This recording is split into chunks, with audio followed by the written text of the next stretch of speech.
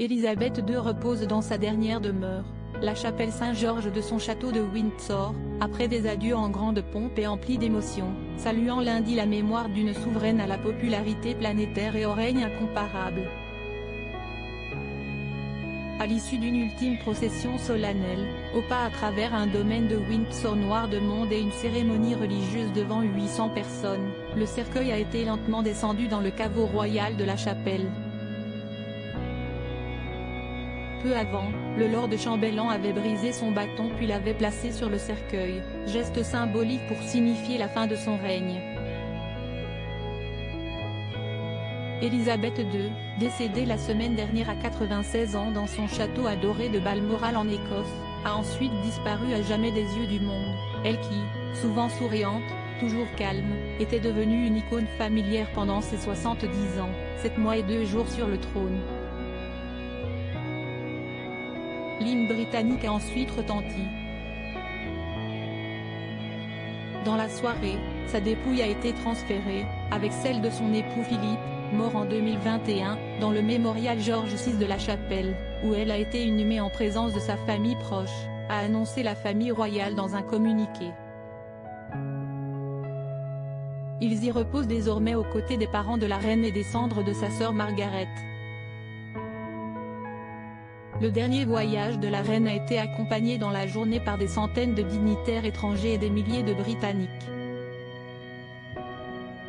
Depuis la mort d'Élisabeth II le 8 septembre dernier, son cercueil clos a traversé son royaume, dans un corbillard à travers la campagne écossaise, un avion de la Royal Air Force, ou lors de lents cortèges funèbres sur des airs tristes joués par des fanfares, tirés par des chevaux ou des marins.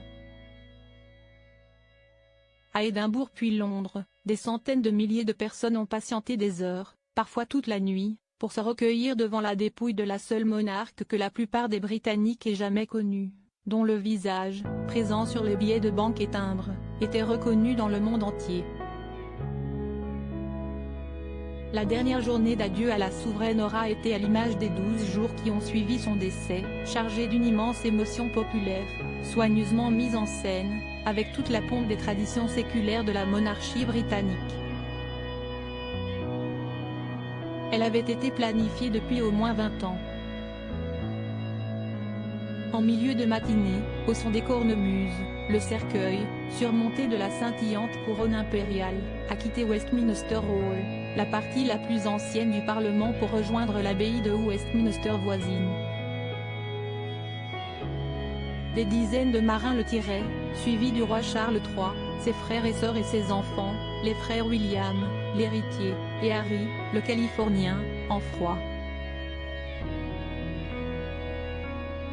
Dans l'abbaye, la reine consort Camilla, Kate, la nouvelle princesse de Galles, et Meghan, l'épouse d'Harry, les rejoignent.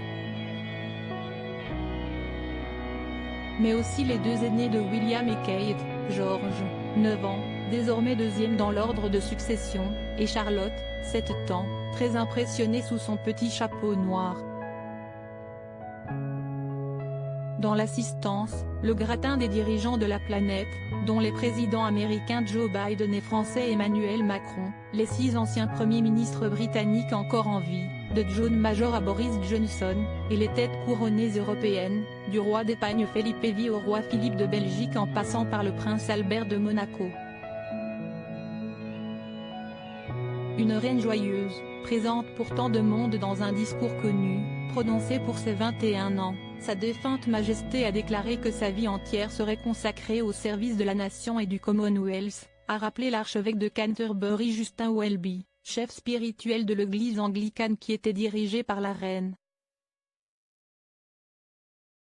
Rarement une promesse aura été aussi bien tenue, a-t-il ajouté, rendant hommage à une reine joyeuse, présente pour tant de monde, touchant une multitude de vies.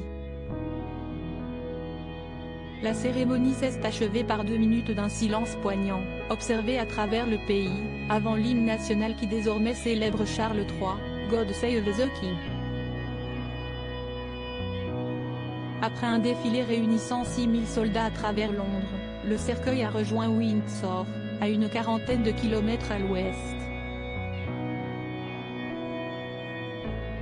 Jetant une fleur, Applaudissant ou essuyant une larme, des milliers de personnes se sont massées le long des routes menant à la résidence où Elisabeth, encore princesse, s'était réfugiée pendant la Seconde Guerre mondiale, puis a passé l'essentiel de ces dernières années. La procession, encadrée des gardes royaux à uniforme rouge et bonnet de fourrure noire, est arrivée en parcourant au pas la longue promenade, Long Walk, traversant le domaine. Sur le perron du château, les deux corgis, ces chiens pour toujours associés à Elisabeth II, de la reine, Muick et Sandy, désormais confiés à son fils Andrew.